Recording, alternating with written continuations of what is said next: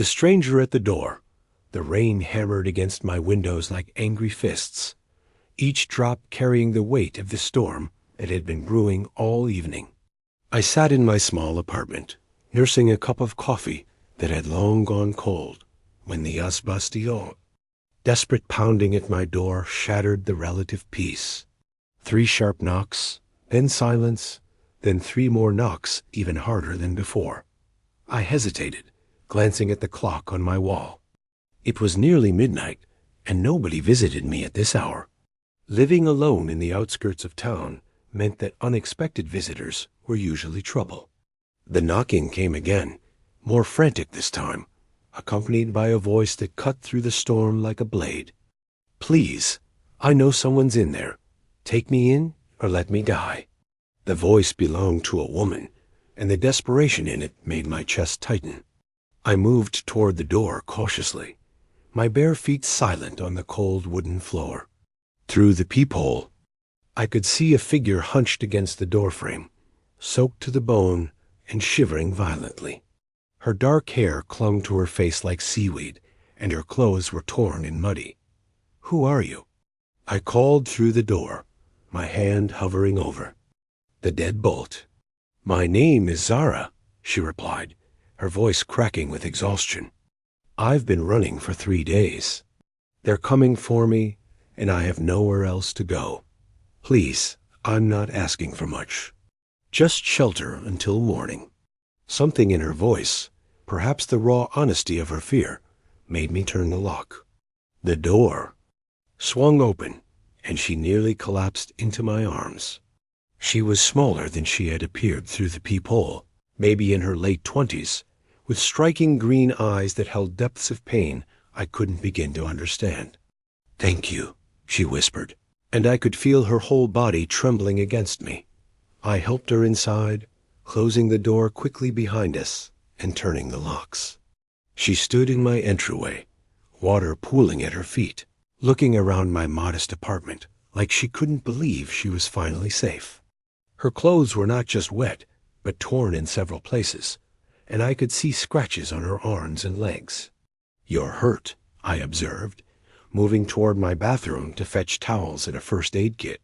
"It's nothing serious," she said, though her voice suggested otherwise. "I just need to rest. They won't think to look for me here." I returned with clean towels and handed them to her. "Who's looking for you?" Her green eyes met mine, and for a moment I saw something flicker there, a mixture of gratitude and wariness. "People who think they own me," she said simply. "People who are wrong." I showed her to my couch, bringing her dry clothes from my closet. They would be too big, but they were clean and warm. As she changed in the bathroom, I made fresh coffee and prepared a simple meal of soup and bread. When she emerged, wearing my old university sweatshirt and sweatpants, she looked younger and more vulnerable than before. "I'm David," I said, handing her the warm bowl. "And you don't have to tell me anything you don't want to." She accepted the soup gratefully, her hand still shaking slightly as she lifted the spoon to her lips. "Thank you, David. You have no idea what this means to me." As she ate, I found myself studying her face, wondering what had driven her to my door on this stormy night, and why her presence in my apartment felt like the beginning of something that would change both our lives forever. Secrets in the Shadows morning came too soon, bringing with it a pale sunlight that filtered through my curtains and fell across Zara's sleeping form on the couch. She had curled up under the blankets I'd given her, and for the first time since she'd arrived, her face looked peaceful. The tension that had marked her features the night before had softened, and she looked almost childlike in sleep. I moved quietly through my morning routine, not wanting to wake her. She clearly needed the rest, and I found myself protective of this small sanctuary I'd provided.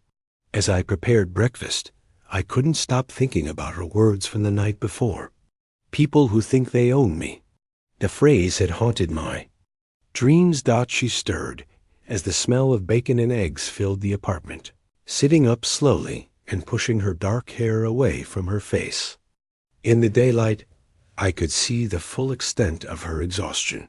Dark circles shadowed her eyes, and her skin was pale beneath the scratches and bruises. "Good morning," I said softly, not wanting to startle her. "How did you sleep?" "Better than I have in weeks," she admitted, stretching carefully. "I should go soon. I don't want to bring trouble to your door." "What kind of trouble?" I asked, setting a plate of food in front of her. She hesitated, picking at the eggs with her fork. "My family has money, David. Old money, the kind that comes with expectations and traditions. They arranged a marriage for me when I turned 18 to a man named Vincent Blackthorne. He's twice my age and has a reputation for being ... controlling." The way she said controlling made my stomach clench. "You ran away from an arranged marriage?" "I tried to go along with it at first," she continued, her voice growing stronger as she spoke. "I thought maybe I could learn to accept it, maybe even be happy.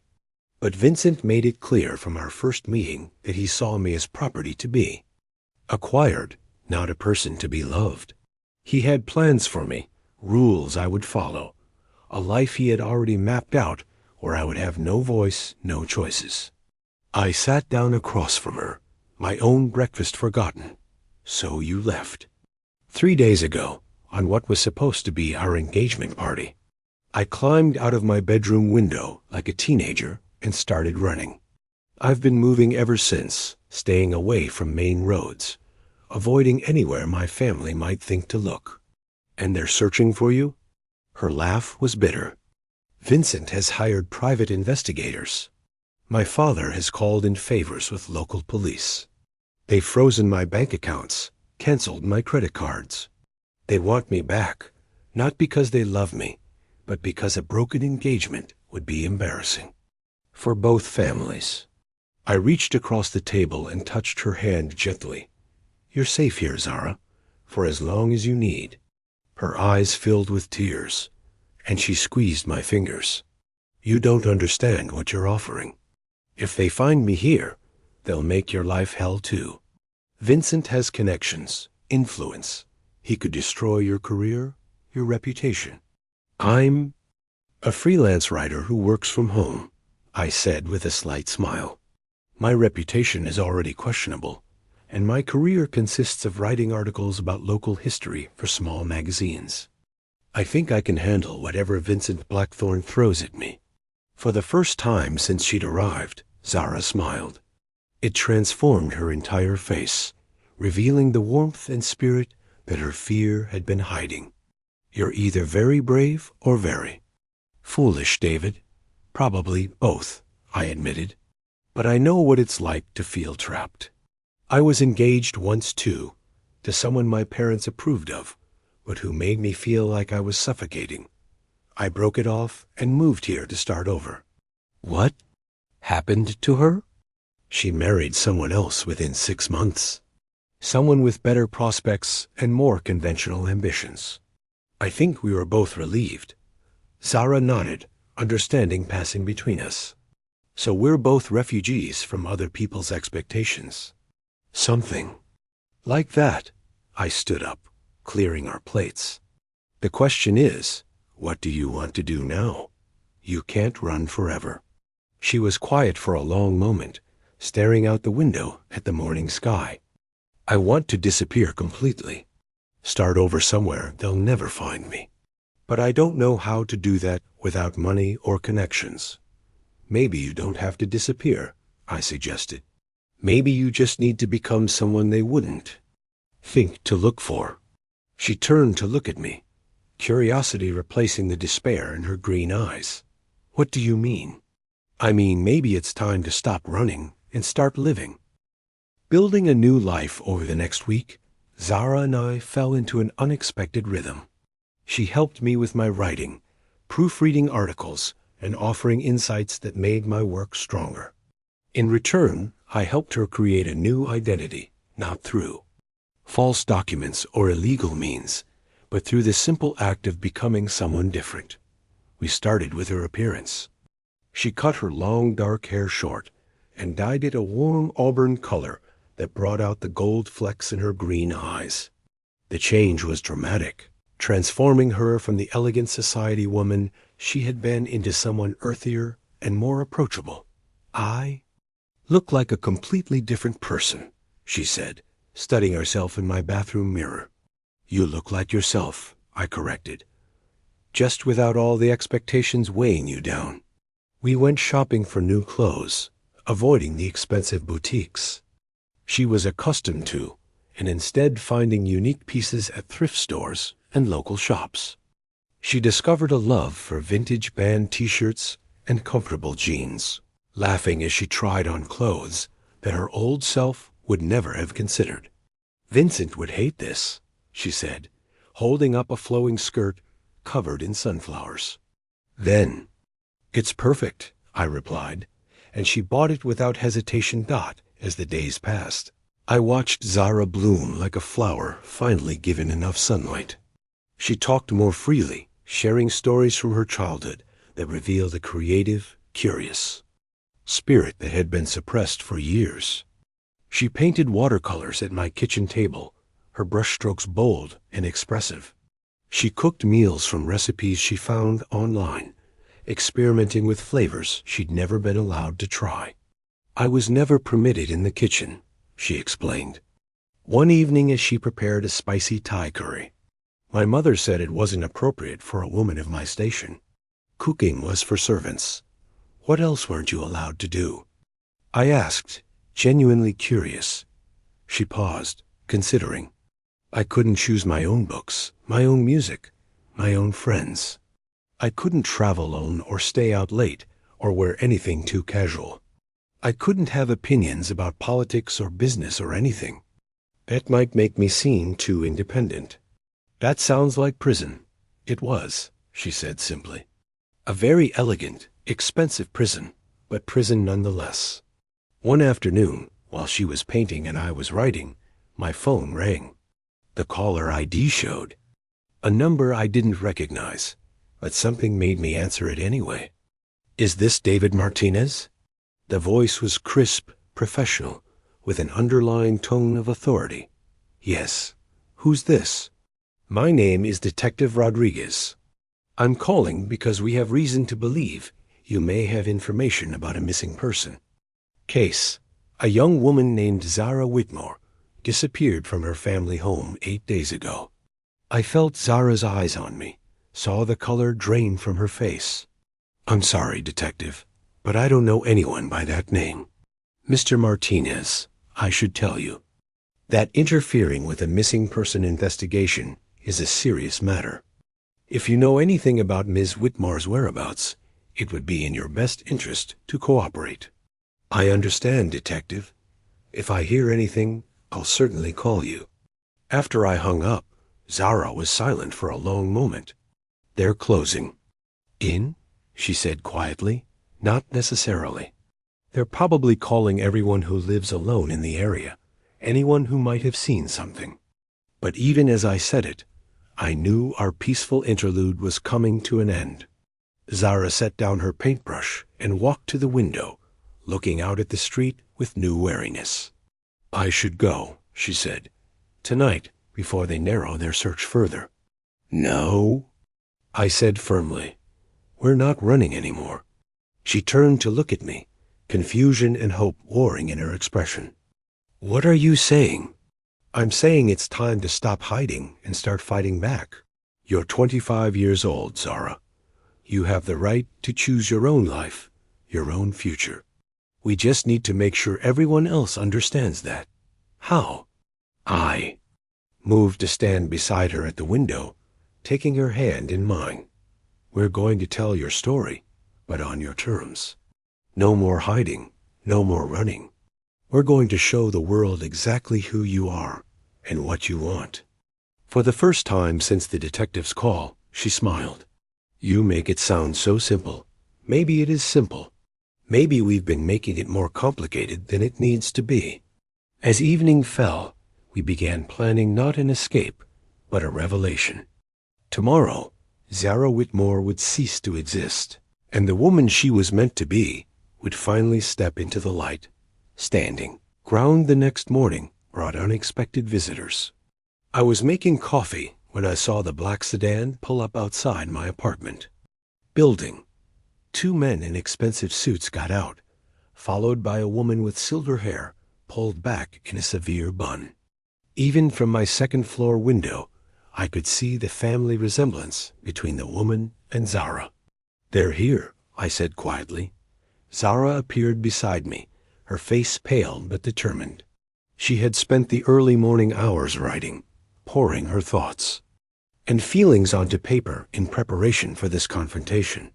The pages sat on my kitchen table like a manifesto of independence. "That's my mother," she said, pointing to the silver-haired woman. "And Vincent's lawyers." The knock at the door was sharp and authoritative, nothing like Zara's desperate pounding a week ago. I squeezed her hand once before opening it. "Mr. Martinez," said one of the suited men. "I'm attorney James Harrison, representing the Blackthorne family. This is Mrs. Eleanor Whitmore and my associate, Mr. Chun.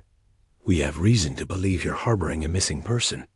"I'm not harboring anyone," I replied calmly. "But please, come in." They filed into my small apartment, their expensive clothes, and calculating eyes making the space feel suddenly cramped.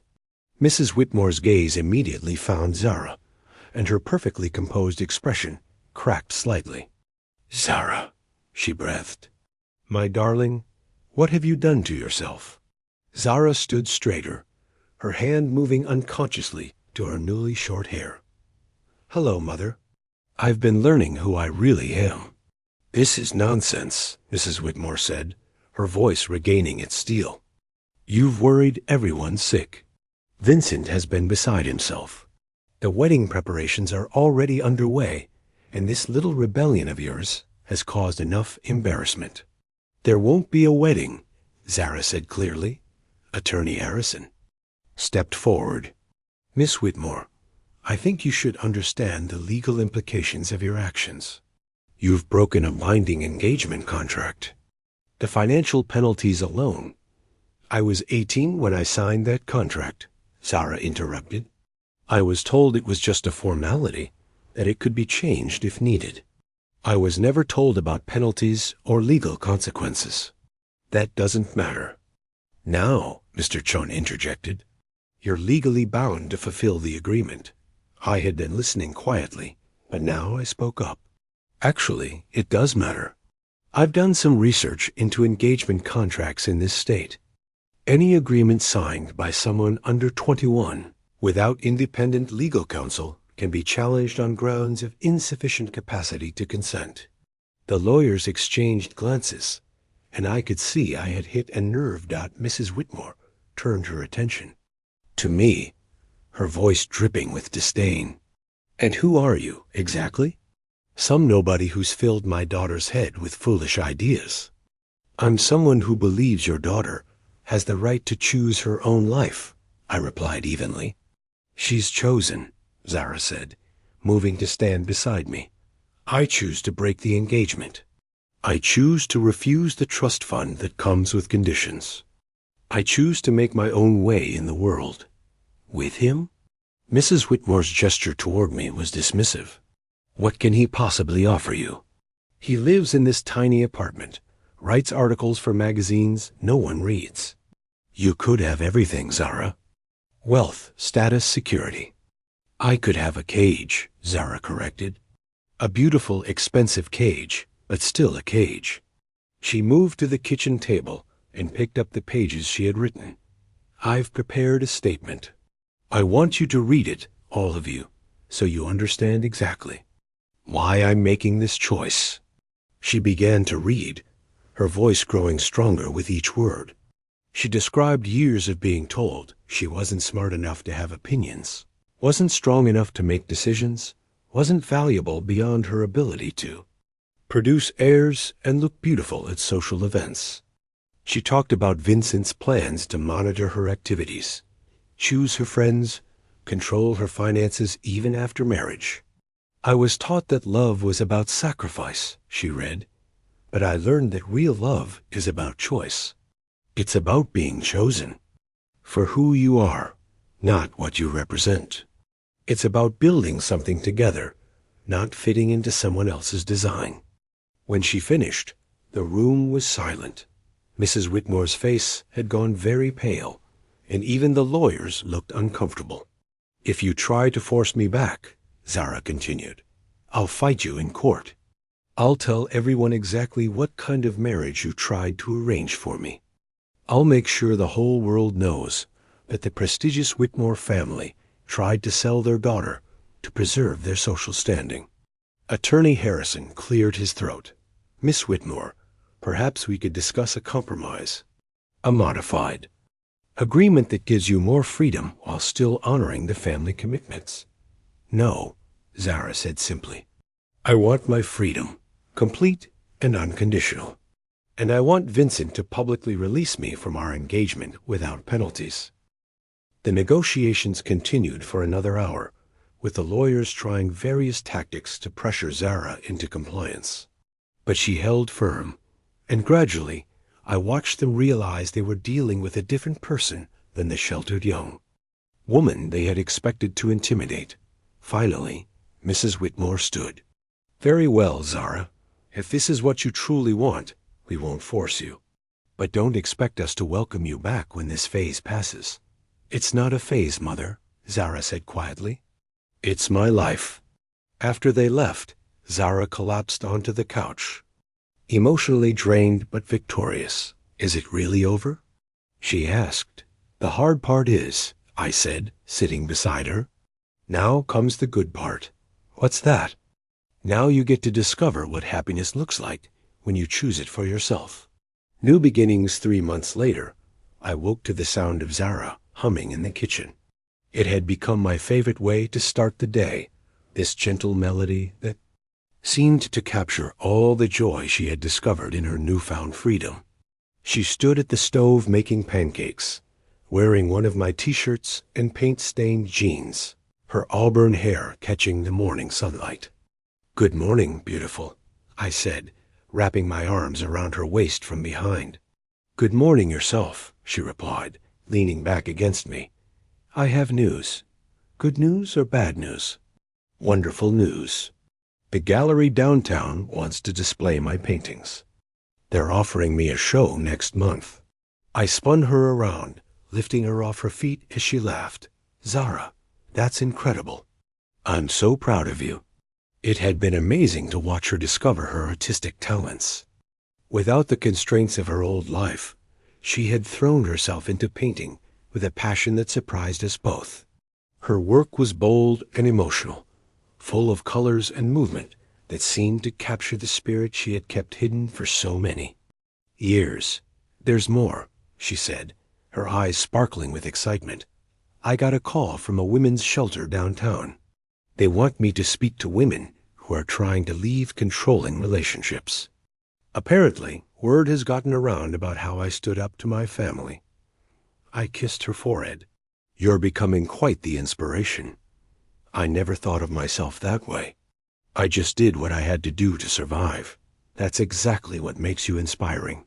As we ate breakfast, Zara told me about her plans for the art show and her ideas for helping other women find their own paths to freedom. Her transformation continued to amaze me. The frightened, desperate woman who had appeared at my door had blossomed into someone confident and purposeful.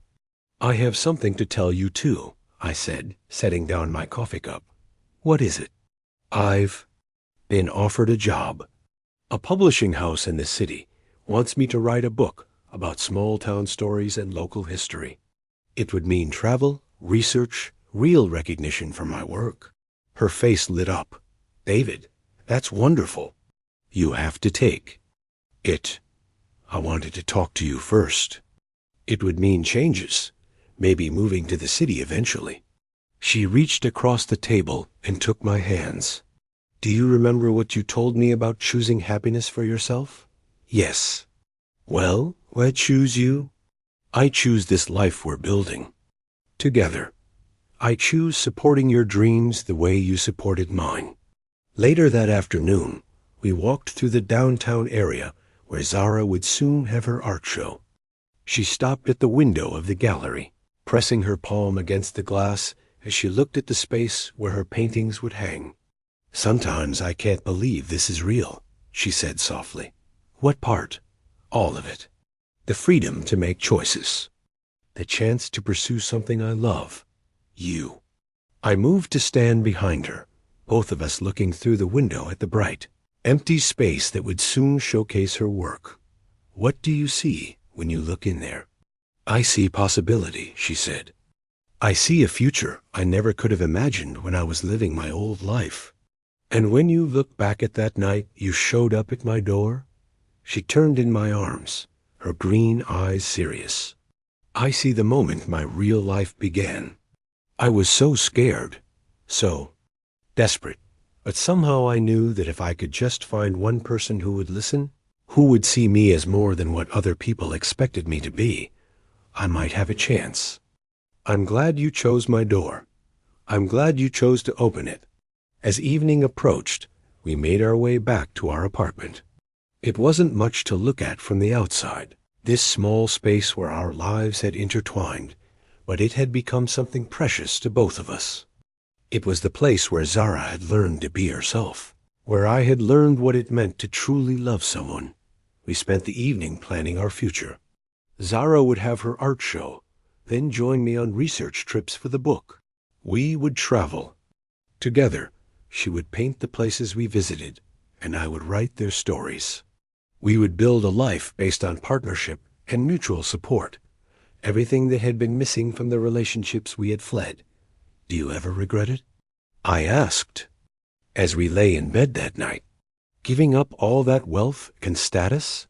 "Never," she said without hesitation. "I have something now that I never had before." "What's that?" "I have myself, and I have you.